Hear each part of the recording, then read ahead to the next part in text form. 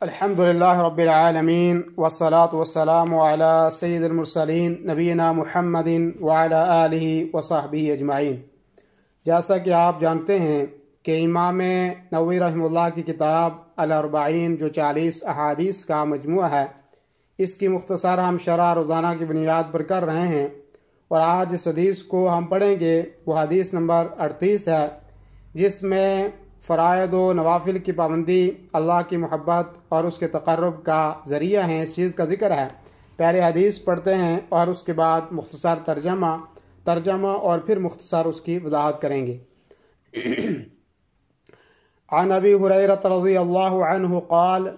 قال رسول اللہ صلی اللہ علیہ وسلم ان اللہ تعالی قال من عادى لي وليا فقد آذنته بالحرب وما تقرب إلي عبدي بشيء أحب إلي مما افترضته عليه ولا يزال عبدي يتقرب إلي بالنوافل حتى أحبه فإذا أحببته كنت سمعه الذي يسمع به وبصره الذي يبصر به ويده التي يبطش بها ورجله التي يمشي بها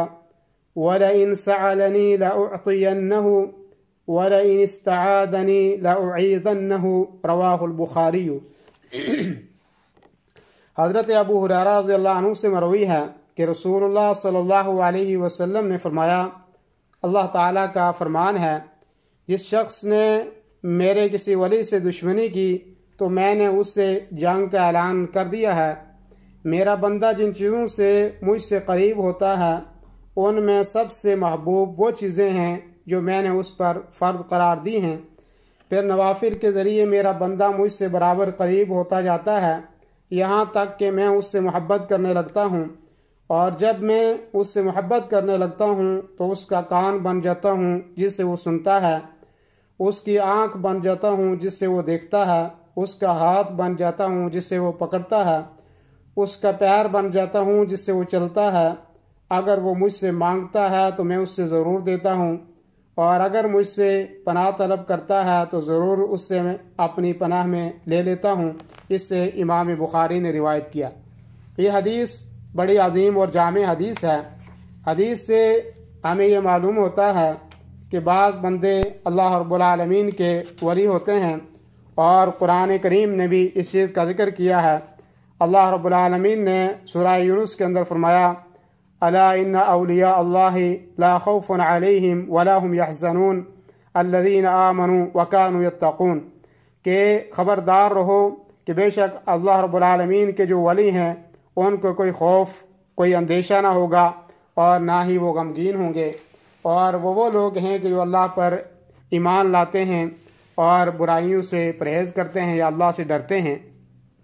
معلوم یہ ہوا کہ ہر مومن اور متقی بندہ جو ہے وہ اللہ کا ولی ہوتا ہے، کیونکہ جیسے لوگوں کے ایمان اور تقوی میں برابری نہیں ہے، تو ایسے ہی جو ولایت کے درجات ہیں ان کے اندر بھی آپ یہ سمجھ لیں کہ برابری نہیں ہو سکتی۔ اور حدیث میں ایسے اسباب کا ذکر کیا گیا ہے کہ جن کے ذریعے سے ہم اللہ کا قرب حاصل کر سکتے ہیں، اور جس سے ہم اللہ کے جو ہے وہ دوست یا ولی جو ہے ہم بن سکتے ہیں۔ ان میں سب سے پہلے جس چیز کو ذکر کیا وہ فرائض کی ادائیگی ہے، اور فرائض میں نماز ہے، روزہ ہے، زکوٰۃ ہے، اور اسی طرح حج ہے، اور لوگوں کو بھلائی کا حکم دینا ہے اور برائیوں سے روکنا ہے، اور ایسے ہی جو اللہ رب العالمین کے جمیع حقوق ہیں ان کو ادا کرنا ہے، اور مخلوق کے حقوق بھی اس کے اندر شامل ہیں، ان کی بھی ادائیگی ہم نے کرنی ہے۔ فرائض کی پابندی میں جو آدمی بہتر ہوگا اس کے اندر سمجھو کہ اولیاء کی صفت ہوگی، اور اس سے ہمیں یہ بھی معلوم ہوتا ہے کہ ولایت کا کوئی درجہ ایسا ہی نہیں ہے کہ آدمی نماز بھی نہ پڑھے، روزہ بھی نہ رکھے، ان چیزوں کا خیال نہ رکھے، اللہ کے حقوق کو بھی ادا نہ کرے، بندوں کے حقوق بھی ادا نہ کرے تو آدمی ولی بن جائے۔ ایسے ولی نہیں ہوتا ہے جیسے ہمارے ہاں ہر ایک آدمی کو لوگ ولی کہہ دیتے ہیں، ولی بنا دیتے ہیں۔ ولی وہ ہوتا ہے جو فرائض کی پابندی کرتا ہے، حقوق اللہ اور حقوق العباد کو ادا کرتا ہے۔ اور فرائض کی ادائیگی کے بعد ولایت کے لیے سب سے ضروری جو چیز ہے وہ نوافل کی پابندی ہے، اور نوافل جو ہیں محبت الہی کا سب سے اہم ذریعہ ہیں، اور نوافل جو ہے وہ ہمارے فرائض میں جو کمی رہ جاتی ہے اس کے پورا کرنے کا بھی جو ہیں وہ ذریعہ ہیں۔ اور نوافل کی بنسبت لیکن اللہ کو فرائض زیادہ محبوب ہیں، اور اس پر اجر بھی آپ جانتے ہیں کہ زیادہ ہے، اور فرائض اللہ رب العالمین کا حق ہیں اور ان کی ادائیگی جو ہے وہ زیادہ مقدم ہے۔ لیکن اسی طرح جو فرض نماز ہے وہ نفلی نماز سے زیادہ فضیلت والی ہے، اور ایسے جو فرض روزے ہیں وہ نفلی روزوں سے زیادہ اہمیت والے ہیں۔ اور حدیث میں اس چیز کا بھی ذکر ہے کہ اللہ رب العالمین ہم سے محبت کرتا ہے، اور اللہ رب العالمین نے قرآن کریم کے اندر فرمایا فَسَيَأْتِي اللَّهُ بِقَوْمٍ يُحِبُّهُمْ وَيُحِبُّونَهُ کہ اللہ رب العالمین بہت جلد ایسی قوم لائے گا جو اللہ اس کی محبوب ہوگی اور وہ بھی اللہ سے محبت کریں گے۔ لیکن بعض بدعتی فرقے ایسے ہیں اور جو اس چیز کا انکار کرتے ہیں کہ محبت الہی نہیں، محبت الہی کا انکار کرتے ہیں، جبکہ اہل سنت والجماعت اور سلف صالحین کا یہ عقیدہ ہے کہ اللہ رب العالمین ہم سے محبت کرتا ہے، ایسے کہ جیسے شایان شان ہے اس کے، جیسے اس کے لائق ہے، اور ایسے نہیں کہ جیسے عام آپس میں محبت کرتے ہیں، مخلوق کی محبت کی طرح نہیں۔ اللہ رب العالمین نے اس کی بھی دلیل قرآن کریم میں ذکر فرمایا لیس کمثلہ شیء وہو السمیع العلیم کہ اس جیسی کوئی چیز نہیں ہے، وہ سننے اور دیکھنے والا ہے۔ اور حدیث میں اس چیز کی بھی وضاحت ہے کہ اللہ جس سے محبت کرتا ہے تو اللہ رب العالمین اس کا ولی ہو جاتا ہے، اور اللہ اس کے کان اور آنکھ اور ہاتھ و پیر کو اپنی مرضی کے مطابق جو ہے وہ چلاتا ہے، اور وہ اپنی وہ وہی سنتا ہے کہ جس سے اللہ رب العالمین راضی ہوتا ہے، اور اسی طریقے سے وہ وہی بات کرتا ہے جس سے اللہ تبارک و تعالیٰ پسند کرتا ہے، اور اسی طرح ہاتھ سے وہ وہی کام کرتا ہے کہ جو جن سے اللہ کی رضا ہوتی ہے، اور پاؤں سے چل کر ایسے کام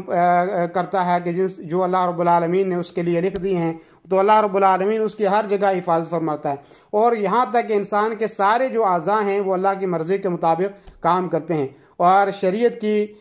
جو ہے وہ پابندی کرنے سے ہی آپ کو پتہ ہے کہ محبت الہی ہمیں ملتی ہے۔ اور حدیث کا یہ مفہوم ہرگز نہیں ہے معاذ اللہ کہ اللہ تعالیٰ جو ہے وہ بندے کے جسم میں سرایت کر جاتا ہے، ایسا نہیں ہے، بلکہ اللہ تعالیٰ تو اپنی مخلوق سے الگ تھلگ ہے اور مخلوق سے جدا ہے، اور وہ سب اللہ رب العالمین جو ہے وہ عرش کے اوپر مستوی ہے، آپ اسے جانتے ہیں۔ اور اسی طریقے سے اللہ تبارک و تعالیٰ اپنی اولیاء کی حرکات و سکنات کی حفاظت کرتا ہے، اور انہیں راہ راست پر جو ہے وہ چلاتا ہے، ان کی دعائیں اللہ تبارک و تعالیٰ قبول کرتا ہے، اور وہ جو مانگتے ہیں اللہ رب العالمین ان کو دیتا ہے، اور اگر وہ اللہ کی پناہ طلب کرتے ہیں تو اللہ تعالیٰ ان کو اپنی پناہ میں لے لیتا ہے۔ یہ بڑی جامع اور عظیم حدیث تھی جس میں ہمیں ان اصولوں کو بتایا گیا ہے کہ جن سے ہم اللہ کے ولی یا اللہ کے نزدیکی بندے بن سکتے ہیں۔